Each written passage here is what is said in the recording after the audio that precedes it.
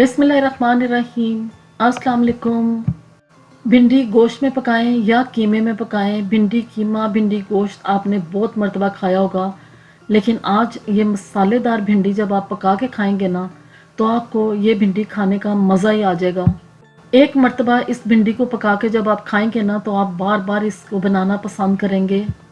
और इस भिंडी को बनाने के लिए हमने इसकी कटिंग किस तरीके से करनी है कि भिंडी बिल्कुल भी ख़राब नहीं होगी। तो चले शुरू करते हैं अपनी आज की रेसिपी और बनाते हैं बहुत ही शानदार किस्म की मसाला भिंडी। इससे पहले अगर आप मेरे चैनल पे बिल्कुल न्यू हैं और फर्स्ट टाइम देख रहे हैं तो प्लीज़ चैनल को सब्सक्राइब, लाइक और शेयर ज़रूर करें। और अगर रेसिपीज़ अच्छी लग रही हैं तो उन्हें अपनी फैमिली एंड फ्रेंड्स में ज़रूर शेयर करें। आज जो भिंडी हम बना के तैयार कर रहे हैं, सबसे पहले हम भिंडी को अच्छे तरीके से वॉश करेंगे और इसको हमने ड्राई कर लेना है।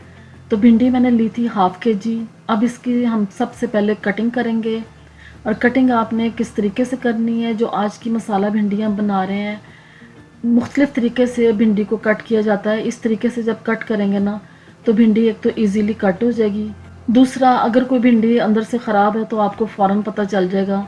तो इस तरह भिंडी जो है इसकी हम कटिंग करेंगे। और भिंडी अगर बड़े साइज़ में है तो आपने इसकी जो कटिंग है वो 4 पीसेस में करनी है।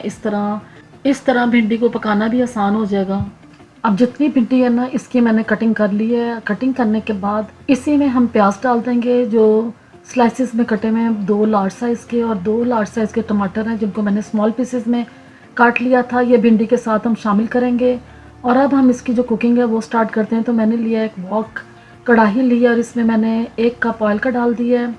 इसमें राई दाना मैंने डाला है ½ टीस्पून और मैंने इसमें साथ ही डाल दिया है सफ़ेद ज़ीरा 1 टीस्पून। अब इसको हम फ्राई करेंगे, हल्का सा इसको हमने क्रैकल करना है।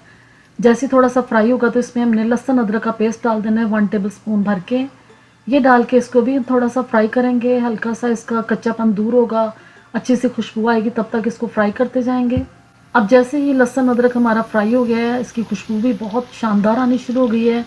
तो इसमें हमने भिंडी के साथ जो चीज़ें हैं बाकी वो सब डाल दी हैं, प्याज, टमाटर।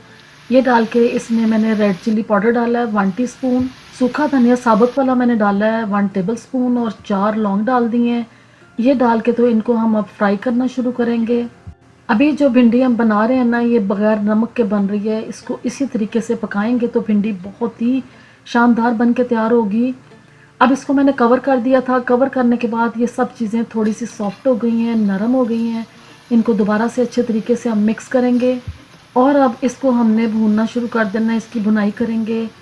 और इसी दौरान जो टमाटर प्याज है ना इसका भी पानी ड्राई हो जाएगा। और जब इस तरह हम इसकी भुनाई कर रहे होंगे ना तो इस टाइम पे इसमें हमने नमक डाल देना है, जो मैंने इसमें 1 टीस्पून डाला है। आप अपने टेस्ट के अकॉर्डिंग डाल सकते हैं।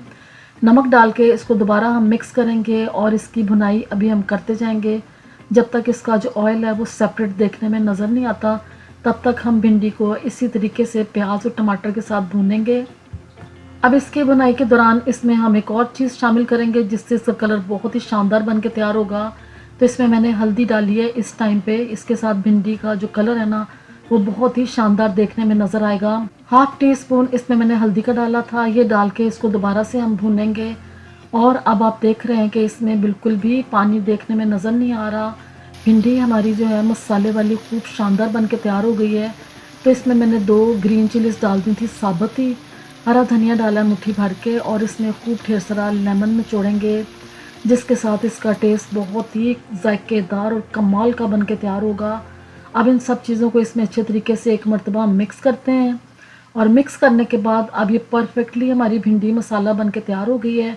तो इसे अब हम डिश आउट करते हैं। अब लुक वाइज आप इसे देखें तो देखें कितनी शानदार हमारी भिंडी जो है प्याज के साथ बन के तैयार हुई है। भिंडी मसाला बहुत ही शानदार बना है और खाने में ये तो बहुत ही लाजवाब थी। आप इस रेसिपी को ज़रूर ट्राई करें। सादा रोटी के साथ खाएंगे ना तो आपको बहुत ही मज़ा आएगा, वरना इसको नान, पराठे, किसी भी चीज़ के साथ आप खा सकते हैं। आप इस रेसिपी को ज़रूर ट्राई करें, इंशाल्लाह आपको ये बहुत पसंद आएगी।